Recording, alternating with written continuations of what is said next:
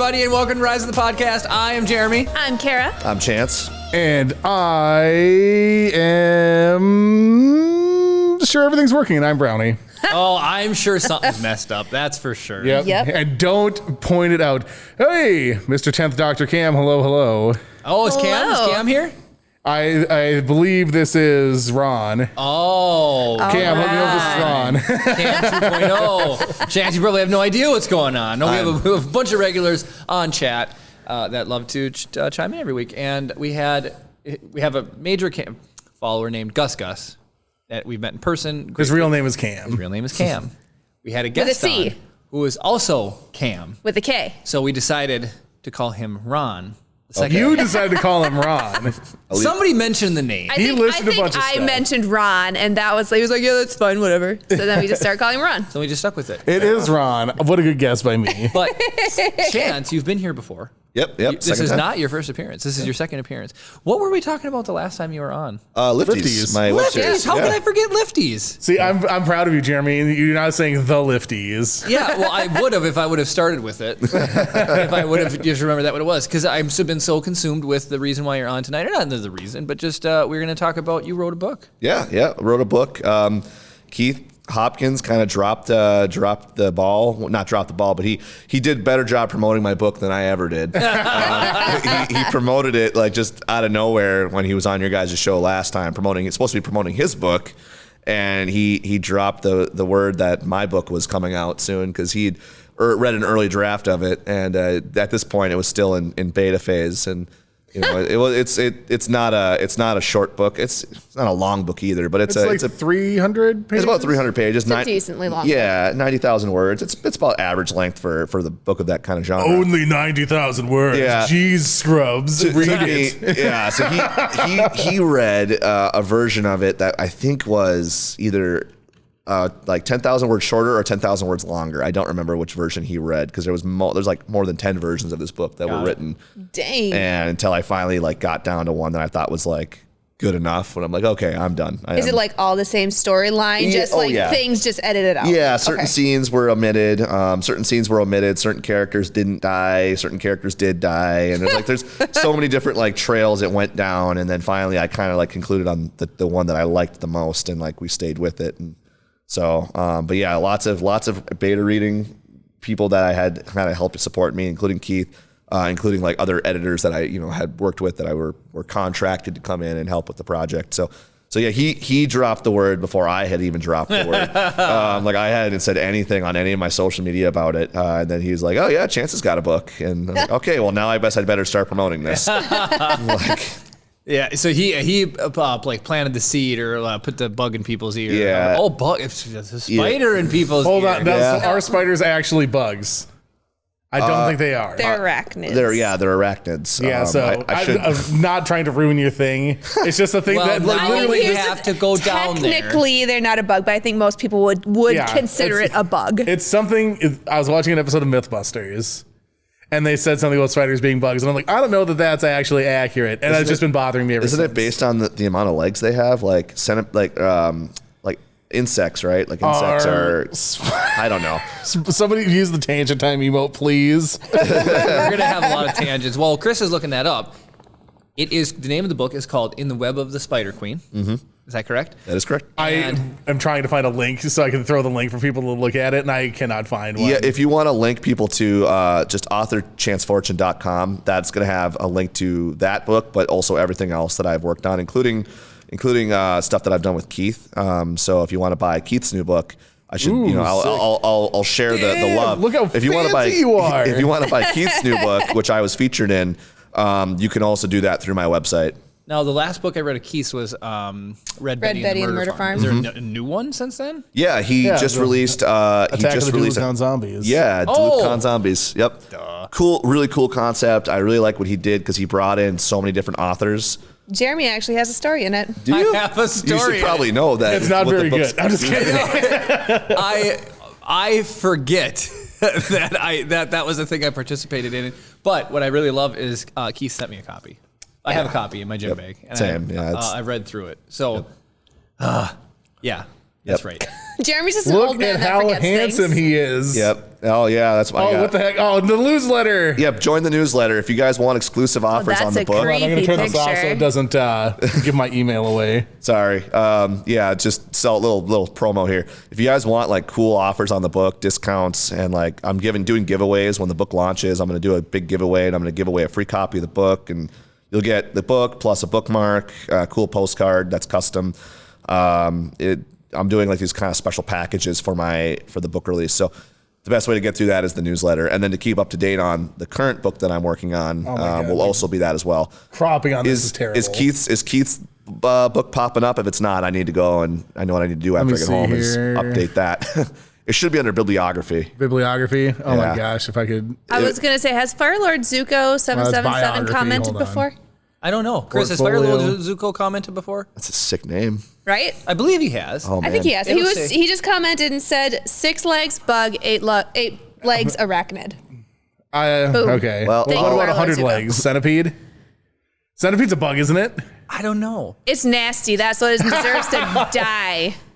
Yeah, next to spiders, centipedes are the next bug that freak me out. Like, Oh. if this What about wa- if this- millipedes? I Well, want Is These a two. scorpion a bug? they're all the same. No, A scorpions- scorpion? No, it's a Fear of scorpions is a logical fear because they can sting you and poison Just- you. Like that's a logical. Oh, no. fear. Spiders and scorpions are both arachnids. Okay. Oh, Really? Oh, that makes interesting. sense. Okay. Yeah, that makes sense. All I got to say is F scorpions. Like spiders, I can deal with to like a small extent, like the fact that they exist.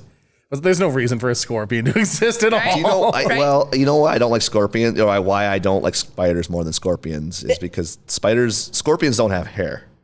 That's true. Like bugs shouldn't have hair at all. I'm pretty sure I can find some pretty gross, hairy pictures of scorpions. Probably could. If you Probably search hard enough, you can find anything. Just because you can do something doesn't mean you should. could. Right? That is totally fair. So, Oh my goodness. so I didn't know that. Do you have a fear of spiders? Then? Yeah. That's so when I first started this project, I knew it's been my like life's goal to write a book. Yeah. When I graduated from school with my degree in writing, like I was like, I'm gonna write a book now. I had written a book actually before I'd started school, and it was horrible, and I buried it, and it'll never see the light of day. Well, so you technically already did, right? I did write a full book before this. Yeah, it never made it past the first draft phase. I started reading it and writing for the second draft, and I was like, this is just so bad. Like, What's the plot synopsis? I'm curious. it was so a I can steal it and write it. yeah, it was like, what if the White House, like, what if the president had like their own like agents that worked directly under them, like above the CIA? Oh, it was kind of like the interesting. Kingsman, I guess, but it was like, okay. but But it the was like US in version, America. okay. Yeah. Well, here's the thing. Maybe the person who wrote the Kingsman found your early draft. I Like, believe we can that do story. something yeah, with this. we could British this up a little bit. Exactly. yeah. and- You can copy my homework, but don't make it look like you copied my Right? yeah, well, they did a lot better with the concept than I ever was going to. I was trying to do a spy, like I was trying to do a gritty spy story, and it just didn't work out. I was trying to make it like kind of like a Tom Clancy type novel.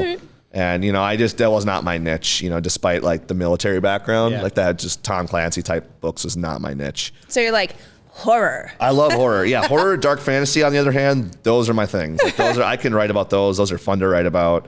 But yeah, so like I said, I'm gonna write a horror book, and I thought like I didn't really have an idea, but I knew that I had a fear of spiders. Blech. Like I have a Hate pretty spiders. pretty legitimate fear of spiders, and I was like, well, I can channel that into a book. Like I can like exercise that fear by writing about it. And actually, surprisingly, it worked. Like I'm not as afraid of spiders as I was when I started. Interesting. Yeah. So There's nothing that will ever decrease my fear of spiders. there's a little part in the book where the kids are supposed to channel their fears and make them real by drawing them. Yes. Yeah. Exactly. It's And, so you did the same thing in book format. Yeah, exactly. You made a connection that I don't think I even like consciously made. But that was kind of the idea with the children drawing. Mainly, I just needed a reason for there to be a picture of the Spider Queen on the wall. Right. That was all it was. Like I just needed an excuse for her to be on the wall. But yeah. So Nah, dog. there's Nah. all the So there's the wall of pictures of spiders, and it's like, why are all these kids drawing spiders? Right. It's because they're all. It's a therapy thing. You know what I Yep. mean? Like they it's a therapy thing that they're just channeling their fear. That's a. Yeah, I think I subconsciously wrote that, but you consciously made the connection. You might be giving Jeremy too much credit. So here's what when did you start writing or working on this book? Like, maybe like pen to ink. I don't know the exact Pen to ink? year. Ink to paper. Pen to paper. Grain Wetsky. Grain Wetsky. You know, I do know some authors that their first draft of their book is handwritten. Neil Gaiman, if you guys know who that is. Oh yeah, he Neil does Gaiman's that. got some good Yeah, stuff. Neil Gaiman does that. He I could writes. see him doing it. Just as kind of like Jeremy would never get from the Microscopic- first draft to typewriter if he did that. Microscopic tangent. Have you read Neverwhere? I have not read Neverwhere yet. It's on the list. It's Some on the people don't like it, and some people do. And I'm in the fan. I love that book. Yeah. That was my introduction. that's to him. the one that where there's like two realities, the under and People the fall upper. Yeah, through I read that one. the world, That's a good one. And they fall into the cracks of society, and they live there as well. I liked that one. And the main character notices someone in the cracks, and they Yeah. get by interacting with them, they get pulled down into Yep. this world as well. Absolutely brilliant book. Yeah. And that. So, anyways, And then we watched Stardust. yes. Okay. Which is not as good as the book. Which has everybody a- always says the Heard movies that never before. do. Yeah. His Sandman is coming out on Netflix soon. I'm really excited about that. That was his graphic novel that he wrote for Vertigo, I think. Oh, interesting. Yeah, that's actually where, if I can go on this tangent, that's actually where the character Lucifer comes from in the show Lucifer. Oh. If you guys have seen it, yeah. I've seen trailers for it. But It's Very popular That's show, yeah. also based on Neil Gaiman's, because Lucifer in that character type is in Sandman, and he runs the bar. That's the way he does in the show. He has Yeah. the club, and that's Interesting. So the Lucifer is actually another Neil Gaiman based proproperty. Oh, nice. Yeah. Interesting. I've read American Gods. Love that book. Oh my god, I Very love that good book. The Graveyard book. Yes, Very good book. yes, great book. Did not know until I read the back matter that it was the Jungle Book. He was basically just retelling the Jungle Book. Okay, I need to read this. It's great. It's amazing. It's Jungle Book in a graveyard. I've read it. I loved it. Interesting. Yeah. I remember the oh man, just the opening scene. The whole family, this boy's whole family gets killed, and he goes Spoilers. crawls away. He lives in and grows up in a graveyard, and the ghosts that live in the graveyard Interesting. raise him. So he's So in instead of history. jungle that animals, is the it's Jungle ghosts. Book. Yeah, it's ghosts, vampires, Yeah. werewolves, Okay. creatures of the night, and they all kind of raise him, and he grows up, and these are all just normal things, and he kind of gets some like special abilities that he learns by being raised by them, and Yeah. Interesting. but he's human, so he's very limited on what he can do. But Well, yeah. yeah, and there's it's good. It all comes back full circle at the Yeah. end with the There's actually a Pokemon episode where a boy is raised by the Zarude. Oh yeah, Zarude. it's a movie. Yeah. Yeah. The naughty monkey. Huh? Zarud, yes. Yeah.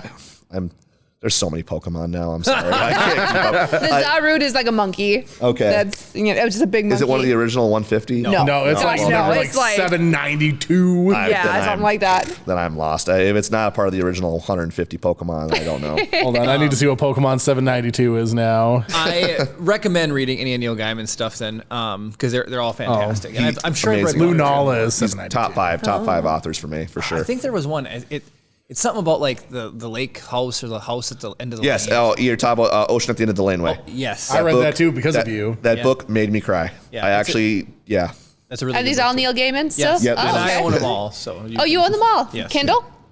It would be Half of them surprising Kindle. considering what we know about Jeremy that he owns any books. You're so funny. The most famous, I think the most famous adaptation of a Neil Gaiman book is still Coraline. So if you've ever watched Coraline, that's based on a Neil I have Gaiman not book. seen Coraline, but Really good. Was really that Tim good. Burton? No, it's done in that style though. Okay, that's what Yeah. I was. Okay. We Yeah. had a little girl that came to DuluCon who was obsessed with Coraline. Yeah, Coraline's amazing, and short book, really short book, only like 100 pages. That's Yeah, pretty cool. So back to your book. Well, So- quick pause before yeah, we go back suppose. to his book. So Kingsman was a graphic novel series debuted in 2012. So okay. Well, I don't know if that was inspired by you or you. no, inspired that would have been a couple years prior to me writing my script, and I wasn't familiar with it until it was a movie. So All right, fair enough. So yeah, no, I'm not saying that anybody was copying anything from anybody. I was just putting the timeline together. everything's derivative of something else, right? Exactly. Hero 1,000 Faces. I love that book too. I think you have my copy of that. I do. still. I do. somewhere. I do have it. Can you? Sorry, yeah, good. No, when did I was gonna say? So when did you start writing this book? Yeah, okay. I can't remember the exact year. I'm trying to think. It was probably around 2017. I would just looking back or backwards planning it. It's 2017 probably ish. I was out of school for about a year maybe before I finally decided that I was gonna write a book, but it took me 3 years to write because it was my first real book that I had written. Yeah, and I wasn't sure exactly how I wanted to start. And I wrote my first draft by doing just 1,000 words a day. And eventually I had a draft. It was pretty short. It was only like 70,000 words. Yeah. And then I took a big break because I was like, oh, that was, just getting the first draft was a big deal. Oh, yeah. So I took a huge break and then I came back to it, edited it, or I printed it off, read it, like highlighted, made notes. Then I went through, edited, and then so the editing process itself was like 2 years long with big breaks in between. Like long periods where I wasn't working on it at all, which was good and bad. Good because I can come back and I have like a completely fresh set of eyes because I've had so much space from it. Bad because it's not a very productive way to write a book. And so I don't recommend doing that if you're an author who wants to write a book. I don't recommend taking on huge like breaks between drafts. Like just a week is good. Give yourself a week, then come back to it. Like, you know what I mean? That's what with my second book, I've learned that seems to be the trick. It won't saying don't produce a television series in the middle of writing this book. Also, don't do that. Don't do that either. Yeah, like don't split yourself. Don't write a comedy. Don't write comedy and horror at the same time. Like you'll do both of them poorly. No, yeah. Like Can you imagine a comedy horror? I've seen a few good ones. Dead and Breakfast is really good. We consider Army of Darkness comedy that is horror? Definitely a comedy horror. Ash versus the Evil Dead. I mean, I love those movies. Yeah, those are classics. Sam Raimi is just a genius when it comes to that stuff. I've had an operating theory about horror and comedy, and like this could already exist. I just haven't come across it outside of my own viewpoint on it. But I feel they both work on a similar mechanism of an expectation and a subversion of that expectation. Yes. So like being scared is like you expect a certain scenario, and then that scenario is subverted by this evil being or a jump scare or whatever. But whereas it's basically just two sides of the same coin, or one of them's like, ha ha ha, that was hilarious, or oh my God, I don't want my eyes gouged out. Yeah, so. I mean, and you can, both of them, you can go super deep down the rabbit hole on, there's very smart comedy out there. Oh yeah. And there's very elevated horror is kind of the coin for it now is, like the really highbrow, like horror stuff that like, yeah, like Hereditary, Midsummer, those are movies, but like, you get it. Like horror books I've noticed all kind of tend to be a little on the gorier side, a little trashier side, which is fine. I love it. Like it's got an audience. I don't think that's what Spider Queen is. I think Spider Queen is a little more elevated in terms of like how it chooses There's to just be like scary. To me, a pervasive like creepiness and like a looming dread of like what is actually going to happen. I don't consider it like a gore fest. I don't think it's over. I think it's gory when it realistically needs to be, but it's not. Yeah. It's not just the pages aren't bleeding. It's not 40 gallons of pus oozed from his foot. Right. Yeah. There's nothing overtly. Yeah. Exactly. Oh my gosh. But I don't know why I looked directly at Kara when I said. In dental, you deal with pus. That's all I'm saying. Well, somebody over there also watches Dr. Pimple Poppers. I do. Oh, I love those. Dr. Pimple Popper. I love her. That's too much for me. It's nasty to me. It is nasty, Jeremy. I'll be like, Jeremy, oh my gosh, look at this. And he's like, nope. If Kara's trying to show you, you don't want to watch it. I know. So if I had any kind of like pus anything in the book, that would have been like an immediate, like, nope, closed. It is easier to read it at least and be to your own vice of your imagination than to whatever. And that's Keith's book did that really well as well. I don't think it was overly gory when it didn't need to be, but I mean, it was just well written because it's a murder farm. People go there to be able to murder people for pay to be able to murder and get away with it. So I read your book. Mm-hmm. So you're curious to see brag about it, what I thought. Yeah, I'd love to hear what your thoughts are, and if you hate it, say it. No, so here's what's fun. The pacing on it. My hardest thing is I had a teacher, an English teacher, and she was like, if you can get through the first 50 pages of the book, then you're good to go, right? Mm-hmm. And so I've had books where I've like slogged through those first 50 pages and then it picks up from there, right? Yeah. And it was like it was worth the payoff.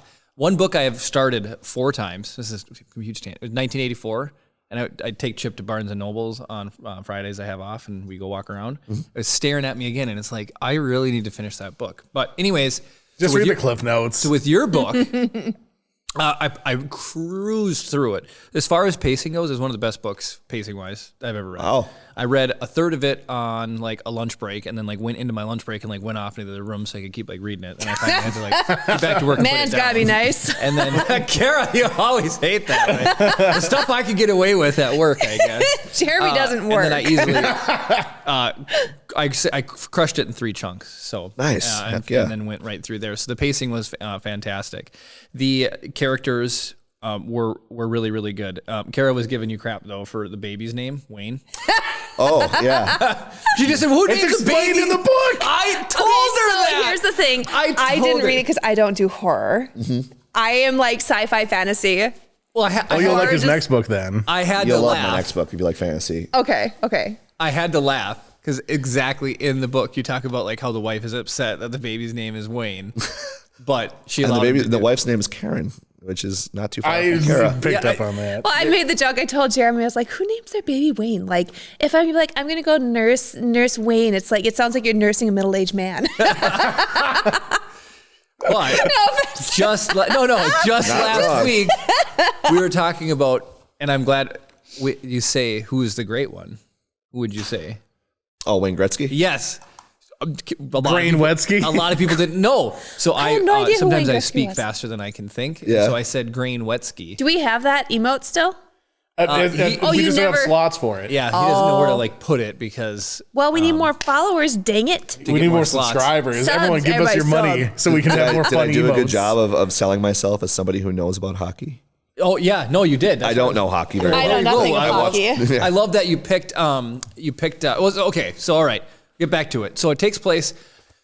Whew, it's a big tangent. I stopped with my friend Mike and David on the way back. We bought an RX-7 down in St. Louis. Mike did, and we drove it back, and we got stuck in a snowstorm right out of Minneapolis. Funny enough, which is where the main characters are from in the book. And then we stopped in Wyoming, Minnesota, and we went and checked into this hotel. We were just going to stay for the night. The door didn't lock. The shower was a garden hose hanging off the wall that was like hose clamped on. We asked for a rollaway bed, and I'm sitting there, and we shut all the lights off, and then all of a sudden my bed starts moving around, and I'm like, "What are you doing?" And David and Mike pushed my rollaway up against the door to stop anybody from coming in. And I mean, I swear they were dealing drugs out of that place. So small towns in Minnesota, to me, there's some shady stuff going on, and that's the theme of this. That is like the theme of this book. You're in small town Minnesota, and the guy moves. I mean, you remember Jack. small town East Colorado. Well, Y'all remember that? So that was shady. Can I do a tangent and talk Absolutely. about Sanborn, North Dakota? yes. Oh yeah, you told So us. I've told the story on the podcast before, but I want to tell it again because this is the single creepiest experience I've ever had in real life. Non-supernatural creepiest experience I've had in real life. So my parents would have been 25th wedding anniversary was coming up, and I was like, I'm a filmmaker. I'm going to make a documentary about my parents. And it was not good, but I mean, like sentimentality wise, it meant the world to them, right? So I literally spent a year driving around the upper Midwest, going and talking to people that were like, you know, family members or friends of my parents to have them be like, why do you think they've been married for 25 years or blah, blah, blah, like that crap. Anyway, I'm going out to my aunt's place, and she lives like in the dead center in North Dakota. And I was so driving out there, and anyone who's driven through North Dakota, it's one road and one tree. That's it in North Dakota.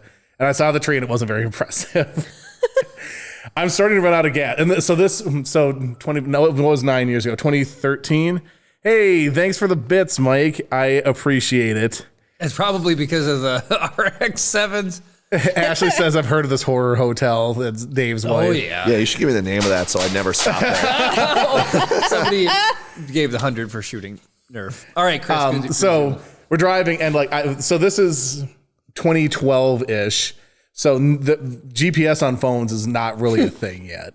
And if it is, it's over cellular, not actual GPS connection. So it just doesn't work if you don't have cellular connection, which there's none of in North Dakota. So I have no idea precisely where we are, and I'm running out of gas. This is the beginning of every horror movie ever. I understand, but so I'm driving, and you can go 70 miles without an off ramp in North Dakota, like easily. And I was like, the very next place that I see that I can get off of this road, I'm going to, right? And the first bad thing that I saw leading up to this is the fact that you could not, like, I saw the exit. There was nothing. You can see 5,000 miles in every direction. There was nothing, but I was like, there's got to be something. They wouldn't have an off ramp to nowhere. So I pull off. We drive like another like 15 miles. Like, no joke. I'm like on fumes. And then we come up to this place and it's a giant factory, like 2 square blocks of houses next to it. And there's a gas pump in front of a house. And I was like, I need gas. I'm stopping, right? And so it was me and my buddy Lee. And so like as we're pulling up, like we're looking at the factory, and the factory like, looks like it's going. Windows are all open. There's like a zillion cars, way more cars than houses parked at this factory. And we stop and we're looking, and like dead silent. We're right next door. There's no noise. Creepy. And like we're looking around, like we don't see anybody. And we're like, what the heck is going on here? So like we're like looking around, whatever. The gas pump looks like it's from the 70s, and it probably was. And we're like looking at it, I was like trying to figure out how to work, and I was like, So then I like go up to the house, and I like start trying to like look in the window, and the door flies open. This guy, like, you know how like somebody like positions themselves so you can't see inside.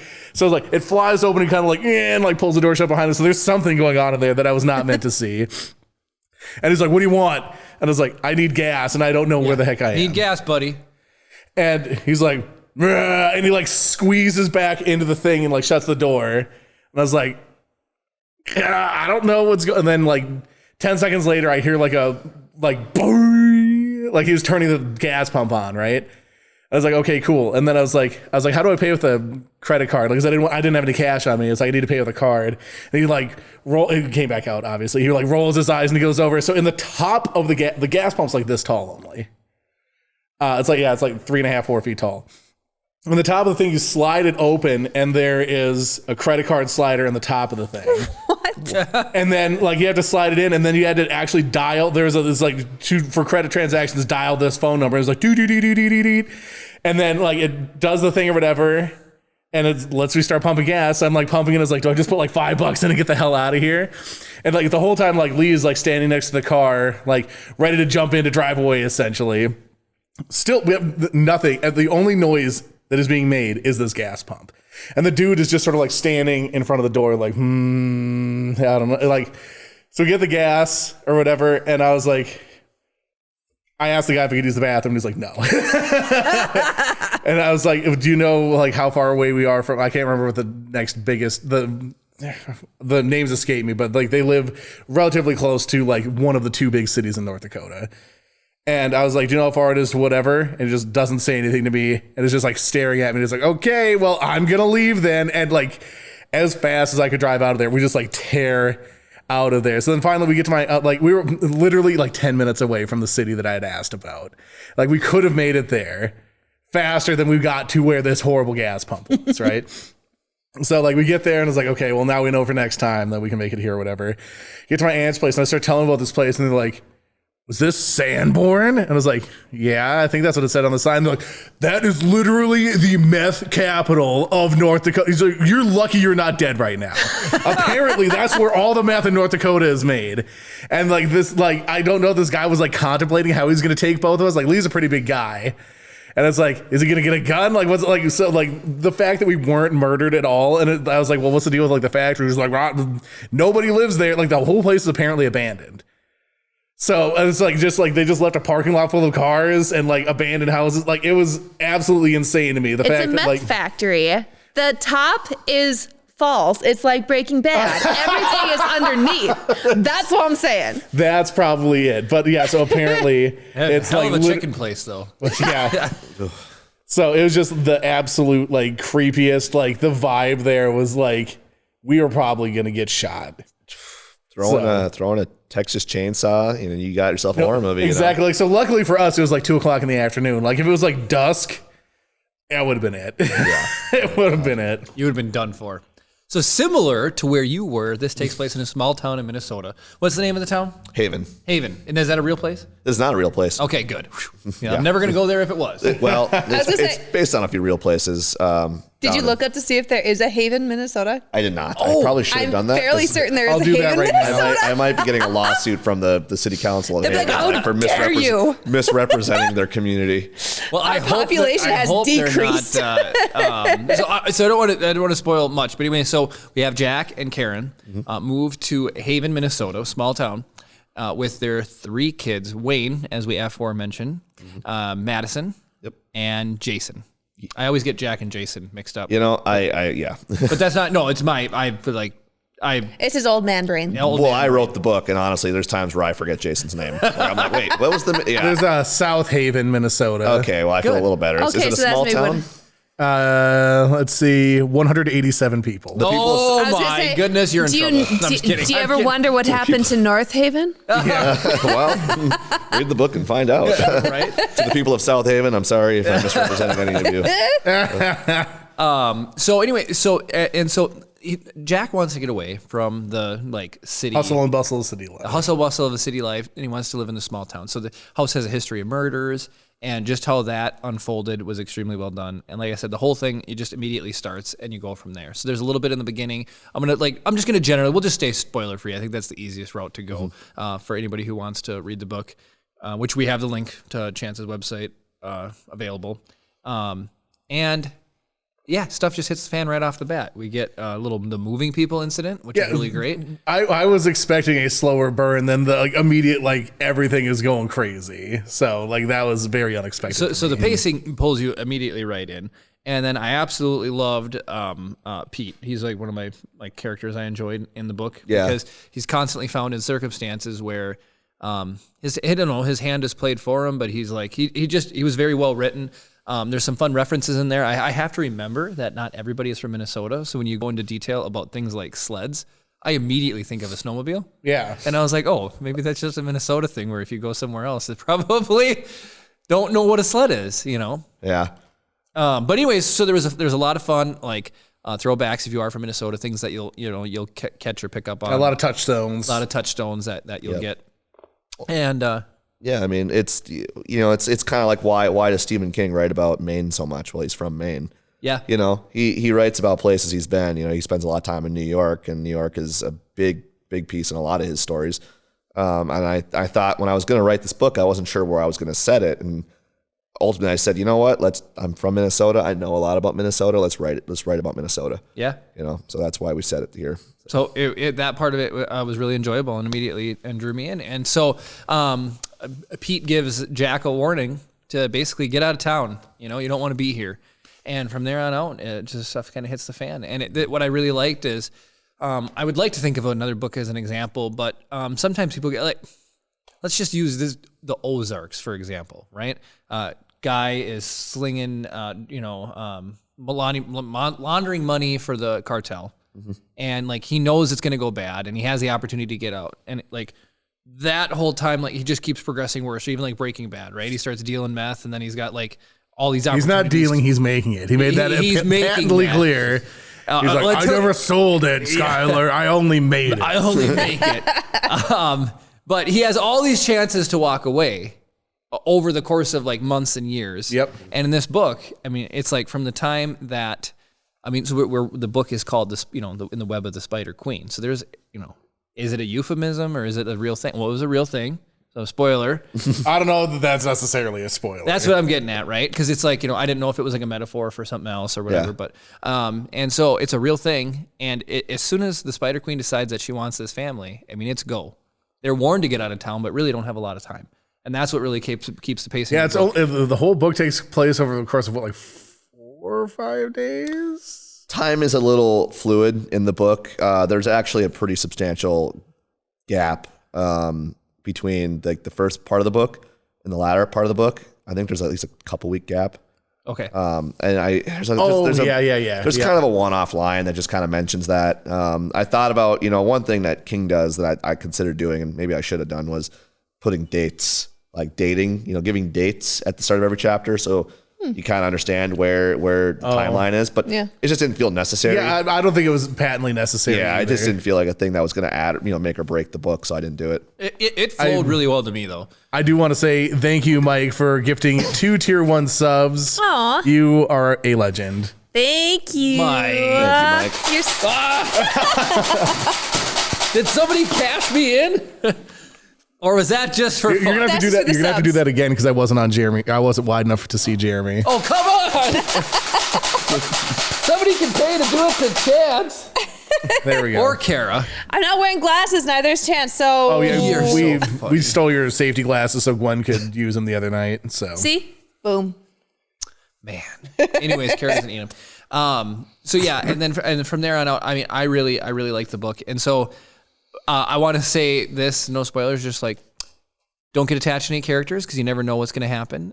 Sometimes I read books and they're covered by plot armor, and I was like, wow, this is not the case for this book. So my overall impressions, it was really good, and it was really fun to read things that people like and work with and are in the community with are working on stuff. And as soon as it went on Amazon, I've got it coming on my Kindle. Cool. Yeah. So yep, I ordered that right away. Yeah, And then was that supposed to come out earlier? And then did that get pushed back What, the book? on Kindle? No. So here's the weird thing: when you publish with Amazon, they don't you can't set your paperbacks for pre-order, but you can set your Kindles for pre-order. So the Kindle is up on Amazon for pre-order right now. Got it. Yeah, but I can't set the paperback, which a lot of people have been asking me about the paperback and why they can't pre-order it. That's why, is because Amazon will not let me set it up for that because they want to drive sales to their Kindle. But on May 1st, you can get it paperback and Kindle. If you've already pre-ordered it, it'll be waiting for you in your mailbox. And Awesome. then if you're waiting for that paperback, it'll be available the same day. Cool. I will say this: if you're trying to get a good deal on the Kindle, I have it up there for a discounted price for pre-order price. It does go up on May 1st. The price does go up. So, if you're a Kindle reader and you want to get in on it early, I would do that now.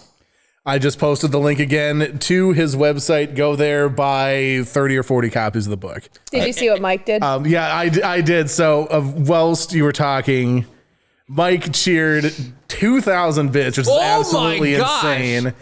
Mike, you are out of control. But I gotta say that, Mike, why would you say everyone is game? I don't like you. I am going to run and grab some safety glasses for Kara real quick while Dave reloads. I Talk mean- amongst yourselves. My I goodness. think he's gonna hit a light trying to shoot me, so Oh, you're so funny. Shouldn't shoot this direction. So that's why I'm in this seat. It's the straight line of sight. It's the straight line shot. Got it. I've got Okay. the pole here, I've got the light here. I mean, I'm good. I mean, Anyways, Yep. so in the in the end of the book, you mentioned that your next Claire going off memory. Anyway, the name of your next book is in the end of. Are you ready to talk about that at all? I am totally ready to talk about that book. Yes, my fiance my chair wishes I would stop shifted. talking about it. Yay, that's a good sign. I have to sometimes she's really good about listening, but sometimes it's information overload. Yeah. Because I'm figuring out plot lines as I'm talking to her. So vocalizing plot lines helps me figure out. Mm-hmm. And I don't worry about necessarily talking about it because it's in draft 5 right now, which means it's probably got 5 more drafts to go. So whichever I tell you today might not be true when it comes out. That's perfect. But yeah, I can totally talk about it. So it's a lot like Spider Queen, but as Spider Queen has a lot of fantasy elements to it. I think Spider Queen is closer to a dark fantasy than it is to a horror at some points. But this one leans pretty hard into dark fantasy. So it's called Celia's Forest is the working title. That's it. silliest. Sorry, Celia's Forest. Oh, Celia. That's That's like the silliest silliest forest. So Wow, it's that's the real dark silliest fantasy. forest. Well, so And everyone is just so silly. It's scary. we should pause just for a second before you get into that. Just so we have about 20,000 darts that need to get shot here. Okay, should I?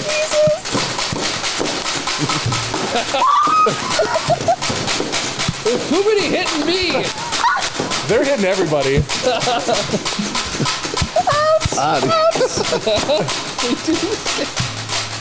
These sting.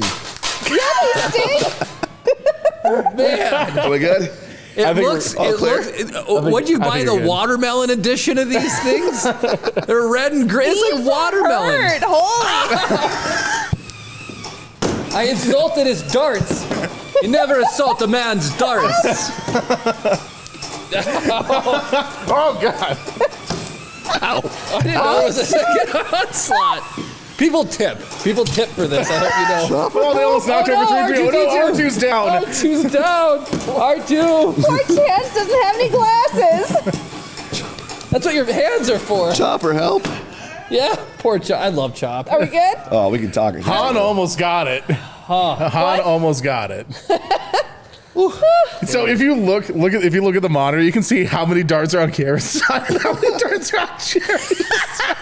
Yeah, that's what I said. She wasn't getting it enough. I got hit in my ankles and my hands and my poor Chance belly. definitely got a couple too. It wasn't like anybody was left out.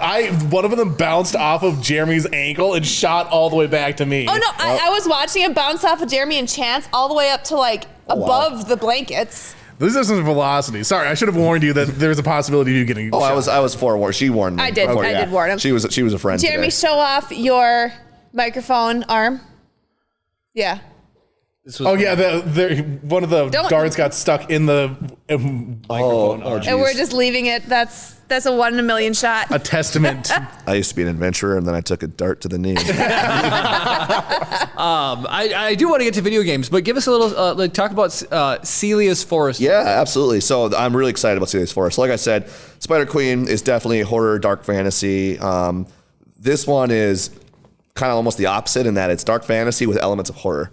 Cool. So it's basically it's this girl who's she grows up kind of like on the outskirts of another small town, out in the forest, and she has kind of a tragic incident in her life that kind of changes the dynamic of her whole situation, and eventually it gets to the point where she runs away, and she ends up by accident in this other world, and this other world is it's kind of a fantasy-esque world. It's sort of like a Wonderland or an Oz, but it's slightly darker. There's something quite not right about it.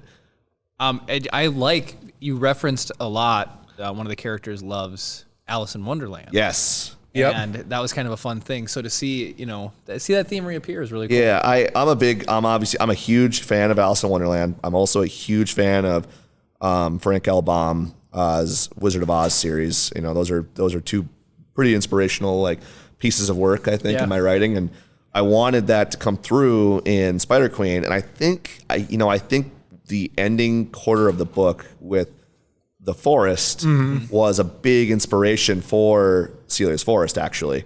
I think that I wanted to do more with that in Spider Queen, but it just did not work because that would have made it a completely different book. Yeah. And I'm like, I'm going to take this and I'm going to readdress it in this other book. And so that's kind of what I'm doing. The whole story is essentially her journey to find the one who walks between the worlds, who can send her home. Send her back home, because she can't stay there very long. Because the longer she stays there, the harder it's going to be for her to get back. The more likely she's going to be trapped there forever. And there are forces at work that want to keep her there. So it's that sounds really freaking cool. I will say I have never had more fun. Like, Spider Queen was a great book to write, but there are times where I was writing it where I was not having fun, because there's just the nature of the book. There was times where it just was not a fun book to write. I think it's a fun book to read, but this one I think it's gonna be fun to read, and it was fun for me to write. And I think that's there's gonna be points where in the book where you're reading and you're like, I can tell he's just having fun right here. Like, he's just doing whatever he wants, because why not? It's a fantasy book and I can do whatever I want. Like, there's no rules here. And if you do read Spider Queen, I will say this: there's definitely a difference in content maturity levels between the two books. I wanted to. What did we lose? Mando. Kara's ruining the set. He's wearing Beskar. He'll be all right. He'll be fine. I wanted Celia's Forest to be open to a wider audience. So it's a little bit more like young adult, teen, I think, based, but there's enough in there that I think an adult would enjoy it. Awesome. Whereas, Spider Queen is very clearly for an adult audience. Yeah. It's if you would not sell that to even a teenager. I don't think. One of the hardest, edgiest teenagers. You're the kid wearing the Slipknot shirt, and if you're reading Spider Queen for sure.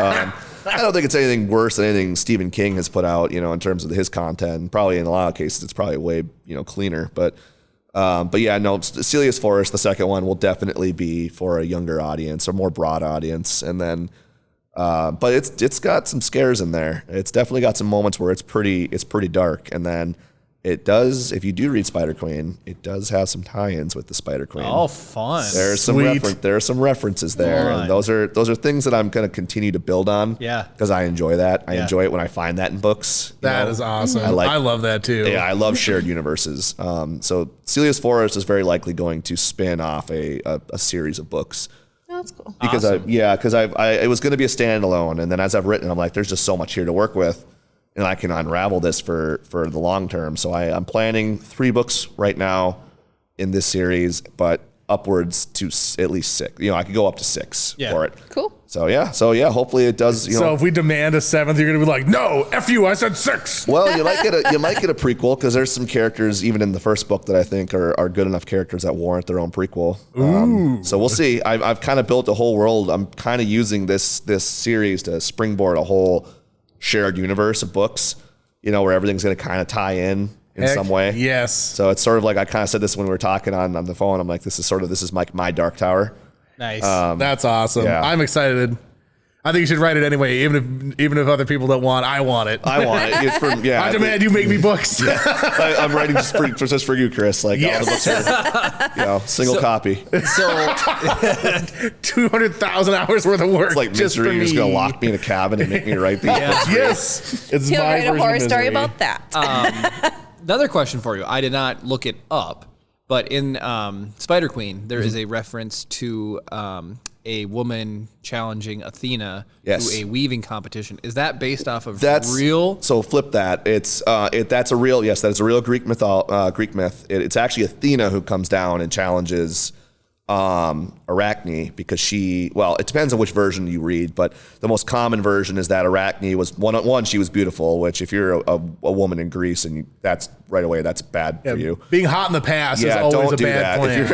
If you're an attractive woman in Greece, just leave, because at some point a scornful goddess is coming down. Yep. The other part was that she was a weaver. She did the wheel weaving deal.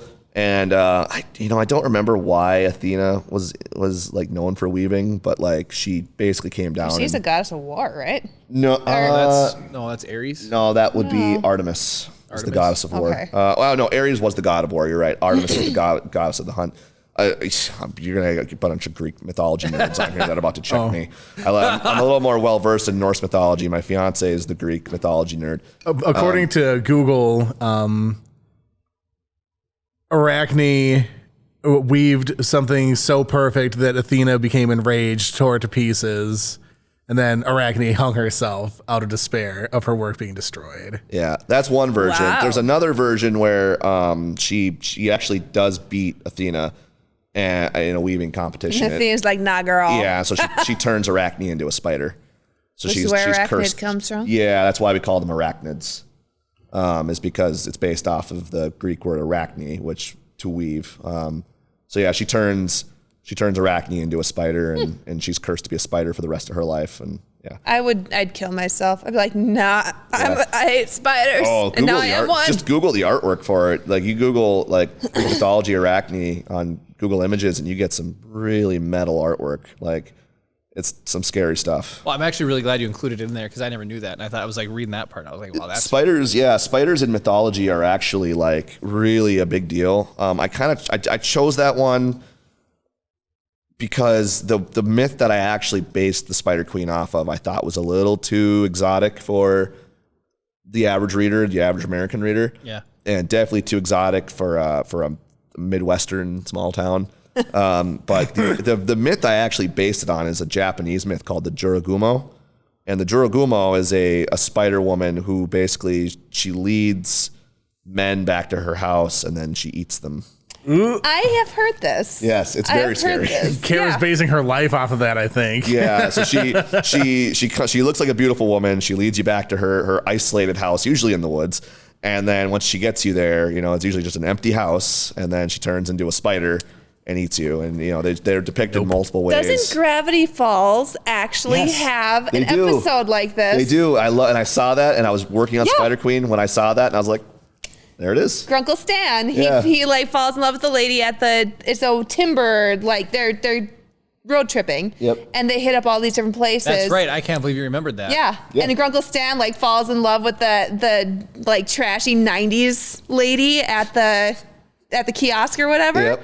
And then she leads him away and the kids have to save him, Yeah. if I recall. Yeah, she does the really creepy thing where she peels back her Yeah. face, and I'm like, oh my God. And she's like hey guys, like that kind of creepy Yeah. voice. Yeah.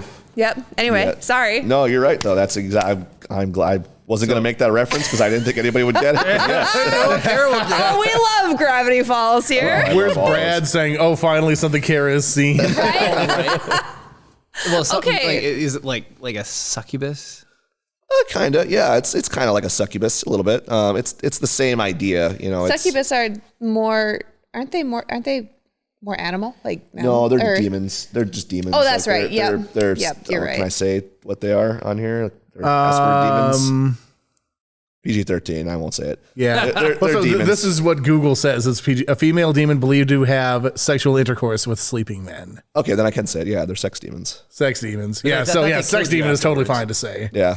Maybe that's just witch. New sex demon emote coming next week. Yeah, right. Well, I will say there's no shortage of succubus stories in the horror genre. Like I'm on a books of horror group on Facebook, and it feels like every other book that gets published on there is some sort of a like I'm sure. Yeah. Don't they reference succubus in oh, what video game is it? Witcher. Every video no, game not ever. Witcher. It's It's in Diablo for sure. Dragonborn. Oh, Inquisitor. Skyrim. Skyrim. I don't Oh think my there's gosh! succubus. I think so. We need to are you guys loaded up? Okay, What? so Oh we have a Mike. so we have a second half of Mike's first one, and he's just like fired up another one. So this might be like several hours of you guys getting Here's darted. the thing. It says Jeremy Chopper. only. Oh, this is a Jeremy only one. Oh, Give me thank God. Chopper, quick. No, don't do it. Don't do it. Boop, bop, boop, ah.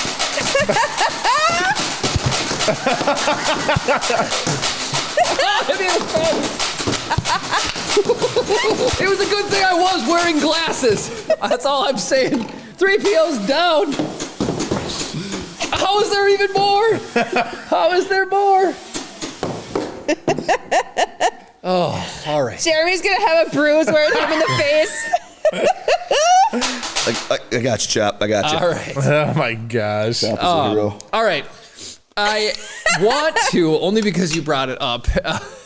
We are like a nerdy gaming, Star course. Warsy podcast. So you had said the E word, Elden Ring, when you got here. Yeah. And yes, man. So From Software games have a special place in my heart because of their difficulty. And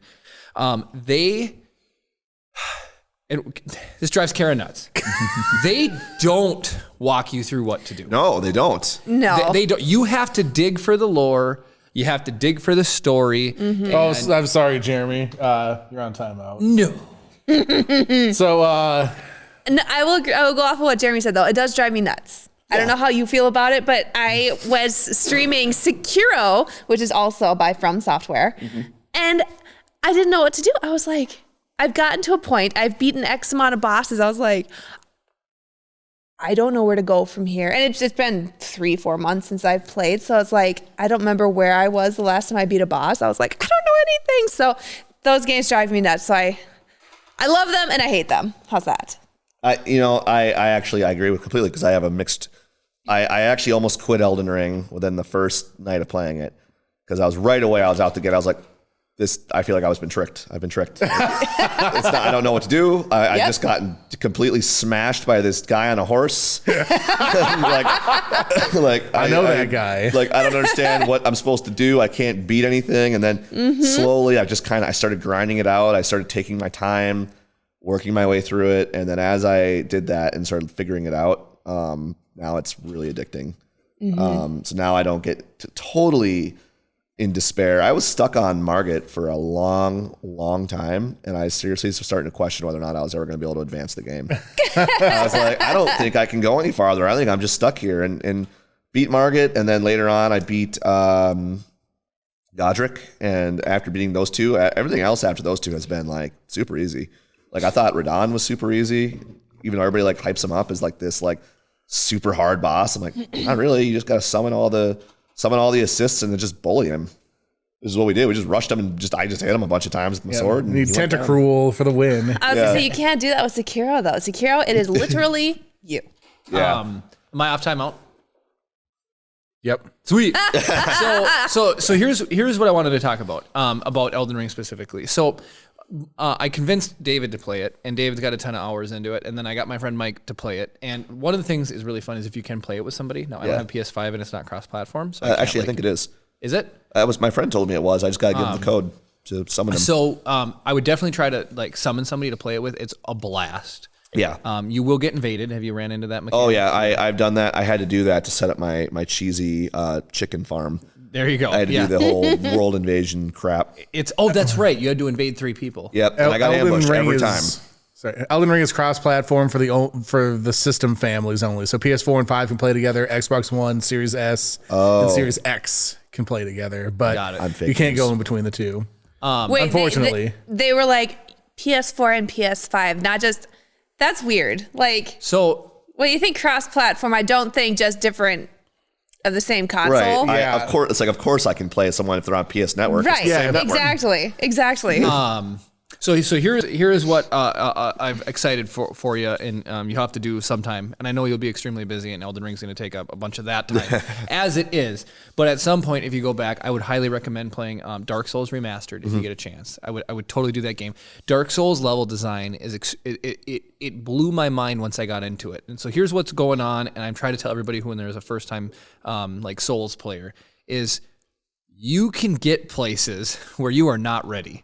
So even though you walk out the door and the tree sentinel, the big guy on the horse is right there, you are not ready for him. No. You have to level up your character. You have to learn the combat mechanics, and you have to like swallow your pride and move on to the next area and keep exploring. Okay. Yep. And then come back to stuff later on. They're really good at putting these like skill checks in. And the same thing for like Sekiro. The bosses like get a little bit more harder to go and harder to go on. And then by the mid-game boss, his name is Genichiro, he just 1v1 and 3 phases. It's absolutely crazy fight. But when you beat him, you feel so good. And it's like a skill check for you to get like advance the game. Yeah. And when you beat him, it's just one of the best feelings in the whole world. So Dark Souls 1 did not have, for the first like 75% of the game, did not have fast traveling.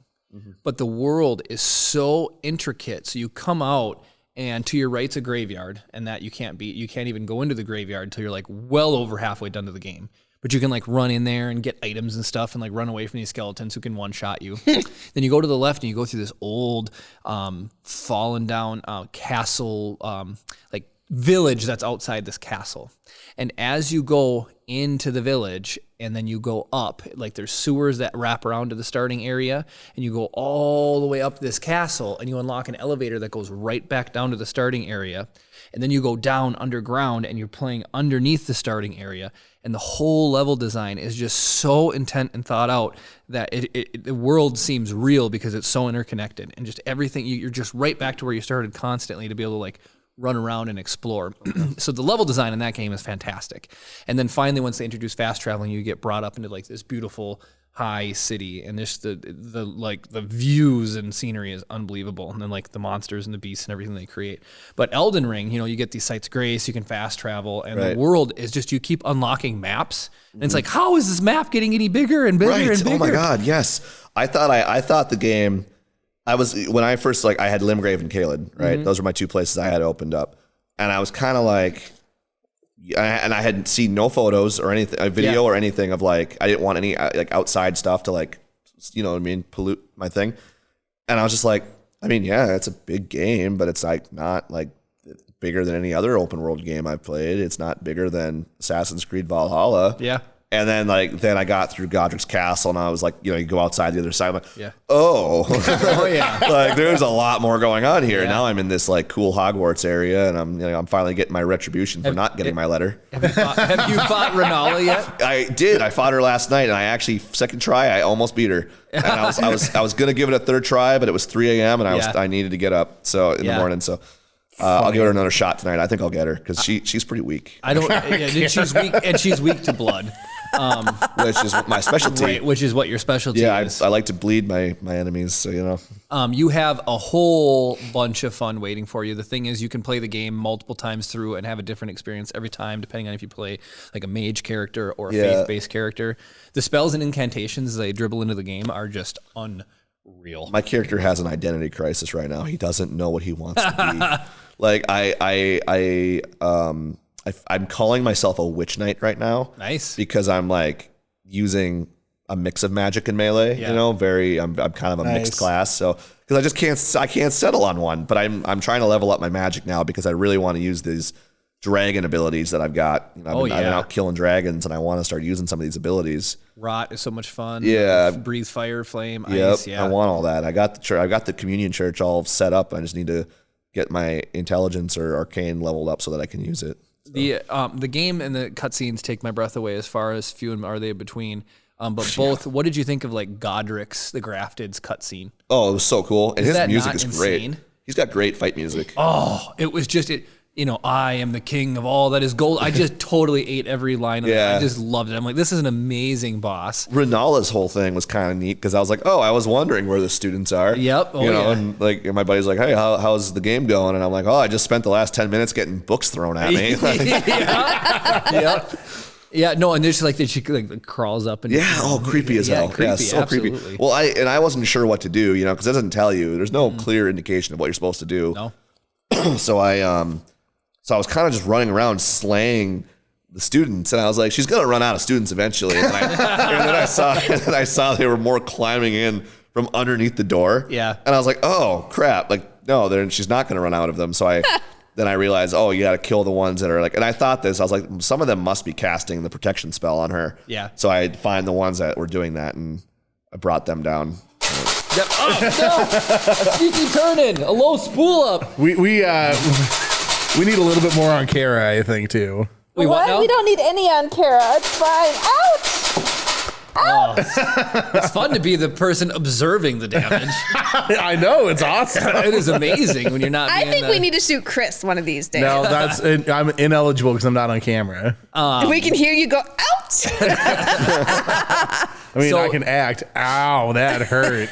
I do want to say, I got this cool Rayquaza Slammer. Yeah. Oh, Kara's gonna redeem it. That's my Rayquaza Slammer. That's my Rayquaza Slammer. I want it fair and square. I bought it. I don't know. Jeremy had no right to Give it away. I think that's wrong. Well, whatever yours is his and his is yours, right? No. Whatever's his is mine and mine is mine. There's no the other way. I'm glad you were able to dip your toes into their games. No. Oh, we did get a Kara redemption actually from Mike. You guys might need to reposition. Oh my gosh, that's that was close to a headshot. Oh, right off the mic.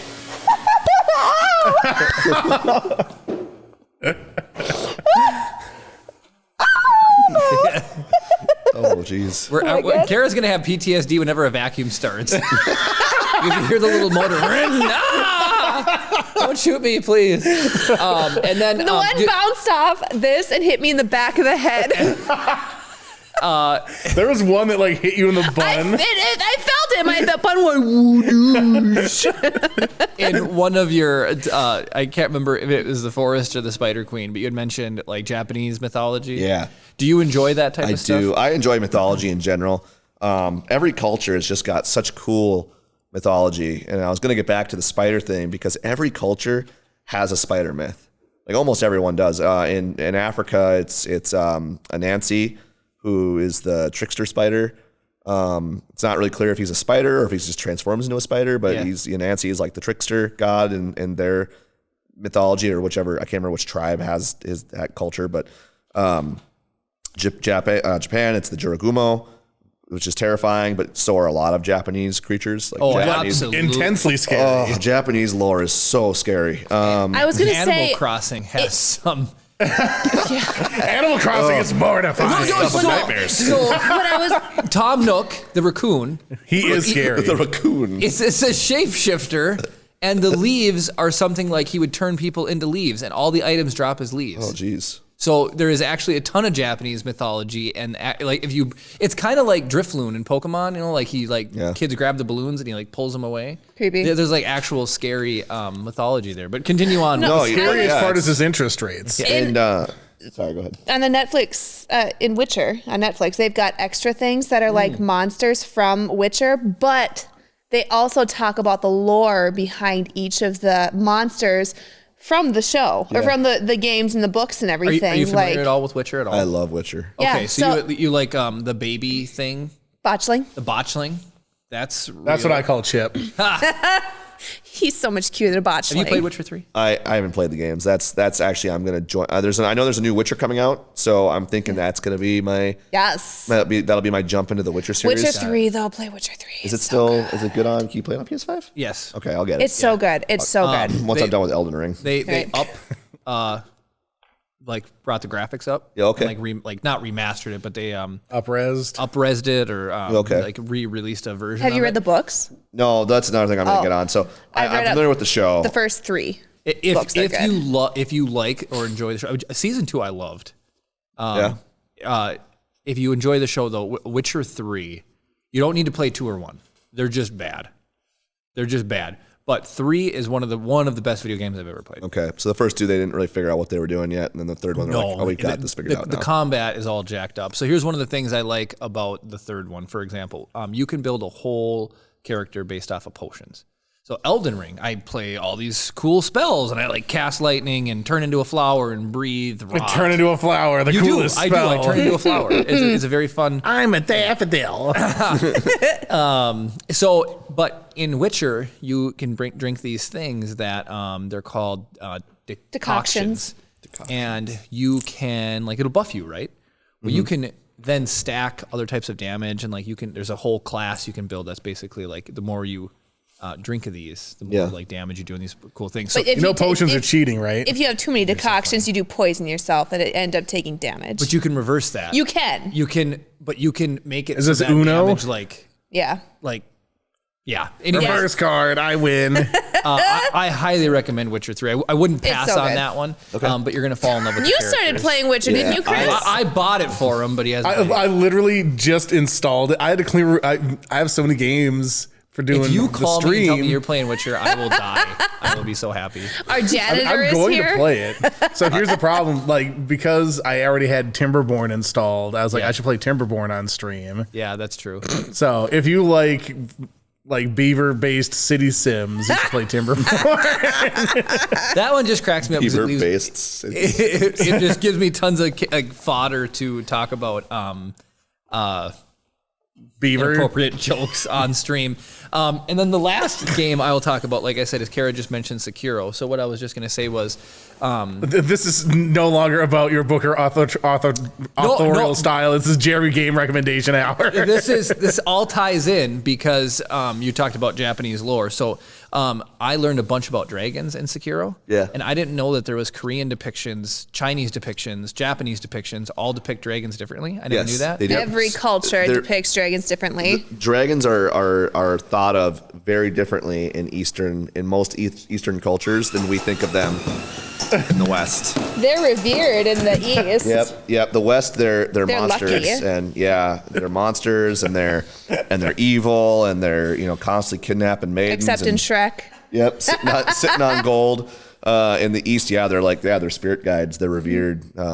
It's lucky. Dragons are typically lucky. So the lore in Sekiro is that you have dragon's blood in you. okay. And actually, there's a prince, and he has dragon blood in him, or dragon blood in him, and you are Which prevents able him from dying. From dying. Yeah. And everybody wants his blood. And you're his protector. You're a samurai, or I'm sorry, you are a ninja. You rescue him at You are one a point, shinobi, and so to keep you alive, he gives you a little bit of his blood, so that you're able to still, or like as a reward for protecting him. And so you're able to do that.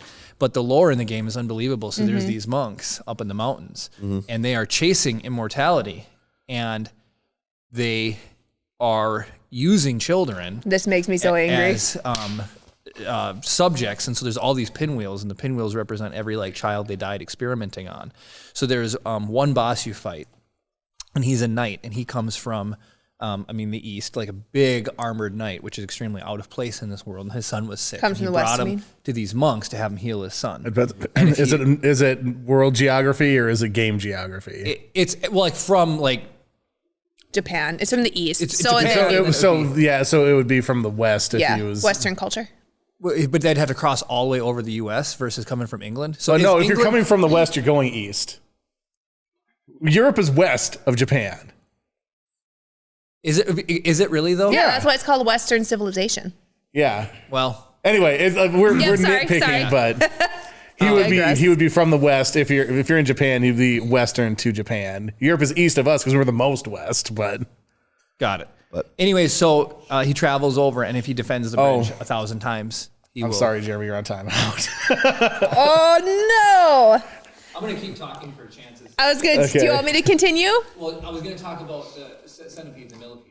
Okay. Or so going there. full circle. Yeah, there's a method to my madness. So whoever muted me is on my crap list. that was Jim. No. So your there timeout starts are- officially now. There are centipedes in the game, and if you ingest these centipedes. I already don't want to. Yep, they give you immortality, but you go crazy basically with these things. And like, there's one boss, the guardian ape, and you kill him.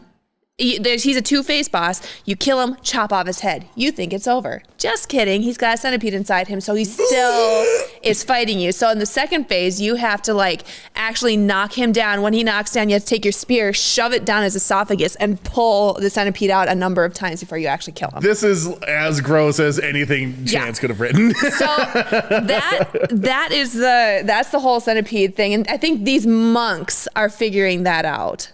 If I recall, I think it's Jerry's been admitted. He's better explain these things. Yeah, than I it's have. been like 14 seconds. There is in the current draft of Celius Forest, there is a centipede thing that's involved in the story. Good. Why? I don't know, because bugs freak me out, and I just like to be. I like He's to be facing scared. his fears. They freak me out too. Jeremy Why would don't have you write something explained that about, like, so much more better than me. But Bacon cheeseburgers. That would make me happy. Cheeseburgers and Spider Queen. There's a whole. Oh, there is actually.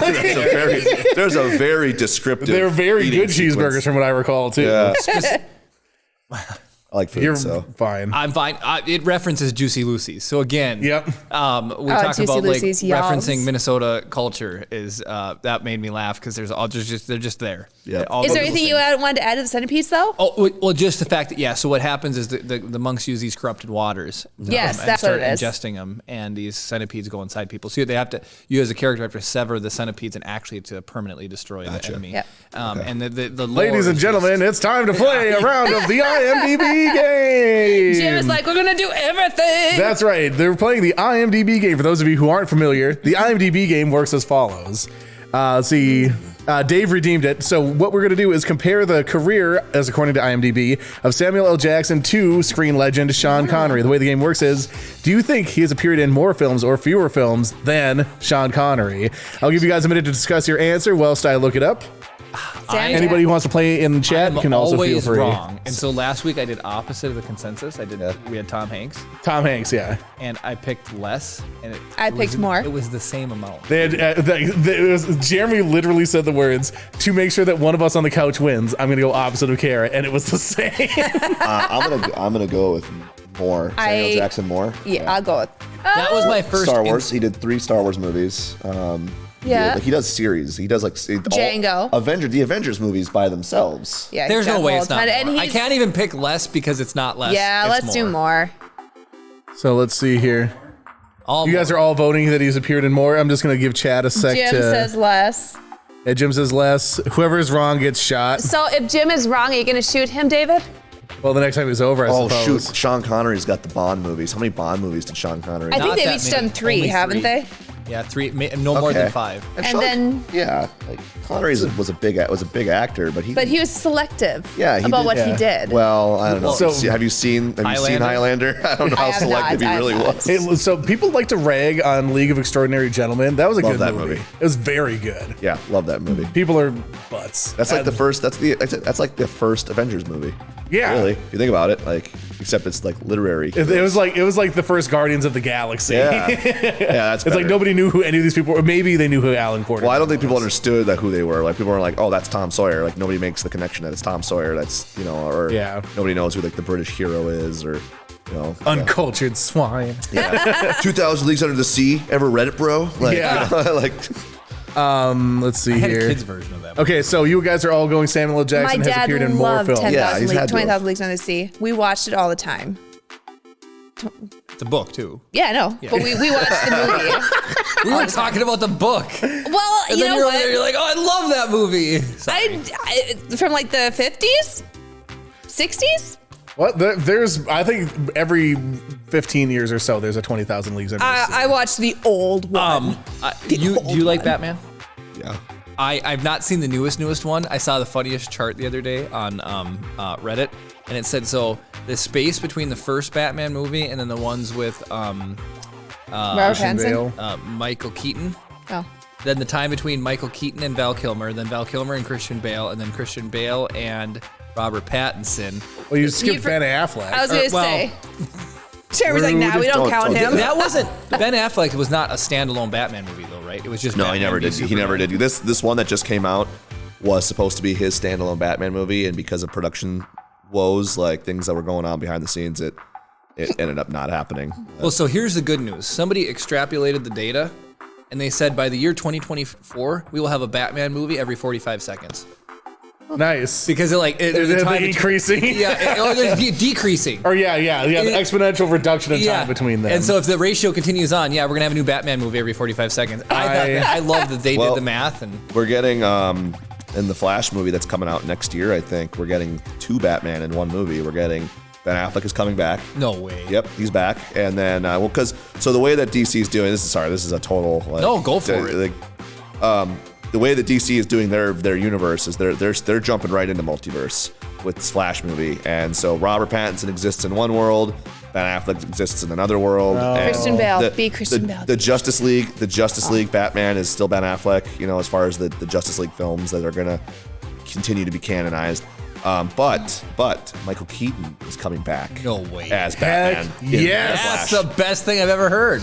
It's awesome. And then I wonder if that most recent Spider-Man film persuaded people that this is a good idea. I don't. Maybe it helped, but I think that this was already in development at Okay. the same time.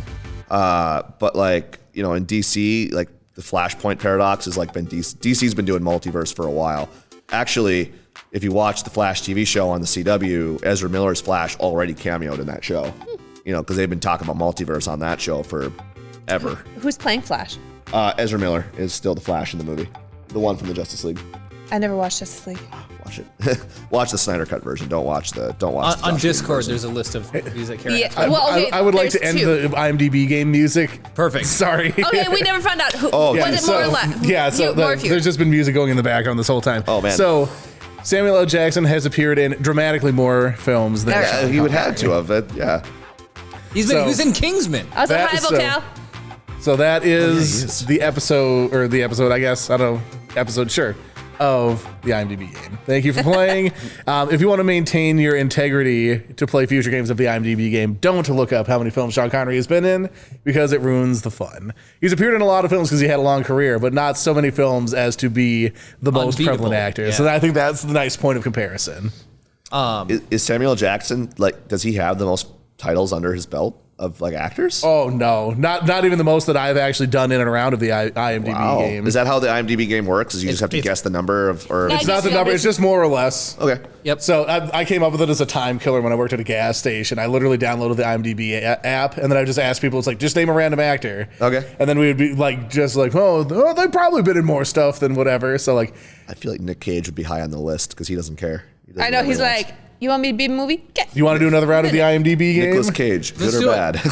It's time for the Already IMDb did. game. Oh, no, it's not. I'm going to skip all the rules because we know how it plays. We're going Nicolas Cage. Anybody who is interested, feel free to put your guesses in chat. You guys can come up with your answers now.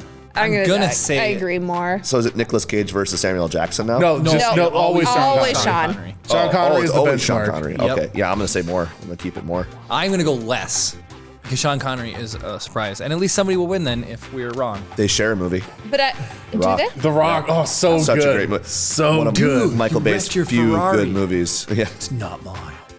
Wait, what? he's got all the guns now, sir. The Rock. Let's see. Let's just give Chad a second to go in here. Oh, it's not number. It's just more or fewer than Sean Connery. I agree more though, because Nick doesn't care. Nick Cage will do whatever. And whatever. again, Yeah. with the asterisk of this is according to the listed actor credits on IMDb. So sometimes that includes self, sometimes that includes individual television series episodes. We're just letting IMDb do the work. I'm not going to drill that deep into it. Okay, fair enough. So you said fewer? Less. You guys both said more? More. Yeah. Okay. I know. It's Okay, so Al also said fewer. Do you guys want to throw guesses in? More. Okay, so we got a bunch of mores, a couple fewers. Nicolas Cage barely has appeared in more films than Dang Dang. I was hoping to be less. And that concludes this bonus episode of the IMDb game. Thank you, everybody, for playing. So to wrap it up about your book. Yeah. One thing I was going to tell you too that I enjoyed, which was really kind of fun, is now that I know this piece of information, it makes it even a little bit more cooler. So I was talking to Chris, and there is a mysterious phone call. I believe, is it the first one who gets it is Pete? They talk about Pete during the phone call. Okay, they talk about Pete during the phone call. That was yeah. Like he's getting too Bartender. close to. He's The getting too bartender. chummy. Yeah, it's the bartender who calls. There's a very noir feeling to it. And now after hearing you talk about the first book you wrote, or had worked on, the Secret Service under the President thing, I felt a little bit of the theme there. Yeah. And I loved it. I loved the background, what is going on here. Yeah, the larger, for lack of or Conspiracy, no pun I intended, guess. the web that is being Yeah, weaved. the web is both very literal and very metaphorical. In both cases. Because it's the classic question, and you ask the question, who's the worst villain in Stephen King's universe? And most people will be like, common people will be like, oh, it's Pennywise the clown, like he's the most evil, or whatever, or it's Cujo, that freaking dog, whatever. No, the answer is always people. Yep. The answer is They always do the crappiest, Yep. most heinous things. like I'll be honest. I just thinking about the book, and I don't think it spoils anything. I think the people in Spider Queen do substantially worse things than the Spider Queen herself even does. That's what was fun for me about Pete, was he has a little bit of a Crisis of conscience, sort of. Yes. Yeah, there's definitely, and there's some pretty sick characters in the book within the town, and Yep. some pretty sick people acting, and the Spider Queen herself, I feel like she's very primal. She's very almost like not an animal because she's very intelligent, but she's primal. She has a very primal need for what she's doing. Whereas some of the townsfolk or some of the people involved, it's like manipulation for power. there's more. status. Yeah, there's more to it. There's a sadism to this. Yeah, as long as it's not my family member. Well, yeah, it's like, oh, I've already contributed, or the worst, or worse. It's just indifference, blind indifference. And that's those are very real things. Like the Spider Queen is very fictional, but the human condition is very real. Yeah. That's scary. Once again, I have linked Chance's website. It has all the information you need to go ahead and pick up a copy or 12 of your own. Highly recommend it.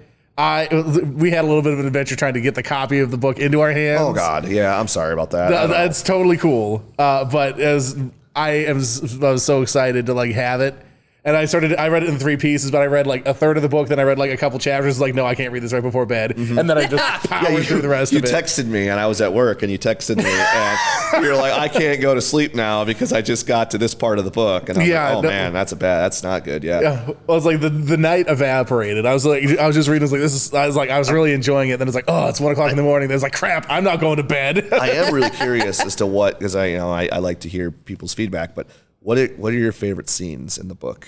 Let me see. I have my favorite that I wrote that I thought was like, that's like it by itself stands on its own 2 feet, but I want to hear your guys's. For me, so the biggest gut punch for me, like was the farm scene where the plot armor doesn't protect anybody. Yes. That was the one that I was like, I knew that just everything was on the table suddenly. I was like, in my mind, I was like, you always think that you might know where it's going. I was like, I had no heroic, idea. how heroic we're getting this hero moment. No. Yeah, I had no idea. So like that one was one that really stood out to me. And then the what's the diner lady's grandson's name? Anyway, the sequence where he finds her having passed away, or whatever. Those 2 are the ones that sort of stand out the most to me because like this is a guy that's like he's also sort of coming to terms with like the crappiness of all the people there, and it's like I should have just like it's good. I don't want to give anything away, but that really struck with me too. I like the forest scene, and towards the end, towards the end, anything with Madison's character was really good, and I didn't know. I was really thinking the whole point of view was from Jack's point of view, as the dad and kind of like bringing everybody to the family, and then but Madison's were really really good. I mean I liked the church scene a lot just in general. Whole the description about blood and stone and webs and so I really like that part a lot because it flowed really well and it was really good through the whole thing. I'm trying to think what else. Oh no, Mike is going on a bender. Mike is uncontrollable. Oh no, is he ending on a bang? He is just cheering like a madman. No. Mike, you need to control yourself. Absolute no control whatsoever. Do you have a scene you want to talk about? Well, yeah, I'll just say what my favorite scene was to write. I keep. You can talk over the darts. That's fine. Looking, so I'm expecting one of them to just come right down the middle. It's a little disconcerting, like the amount of darkness that these are flying. Yeah, you're not going to know until it's right there. No, the barn scene. I think the first barn scene with Jack is my favorite scene. Yeah. Yeah, I actually read that scene when it was still in development. I read that scene at an open mic night for like a Superior Writers group, and everybody was like, this is really good. Like, I want more. And that was like my first like big jolt to like, okay, let's keep going. Yeah. There is one scene, and there's a scene in the book that I wrote, and I hate this scene, but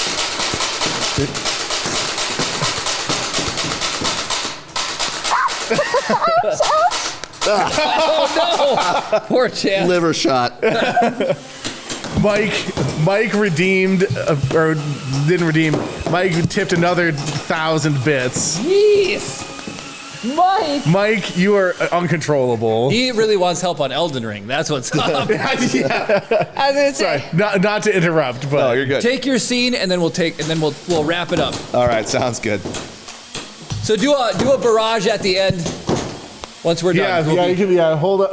Go ahead and reload, guys. We'll let Chance. Yeah, sorry. I want to hear the last of this experience. This is like the complete counter opposite of like kill. They talk about in writing, you have to kill your babies, right? Yep. Sometimes you have things you just love so much in a book, but they just don't work, so you got to kill them, right? Yep. There was a lot of that in this book, especially with the Alice in Wonderland kind of reference stuff. I had to really kill or tone it down. There is one scene that is not my baby. I do not love it, but it needed to stay in the book because it was definitely a part of Pete's character and his moral dilemma and the two sides of the coin. I hate the scene. Every time I read it, I cringe.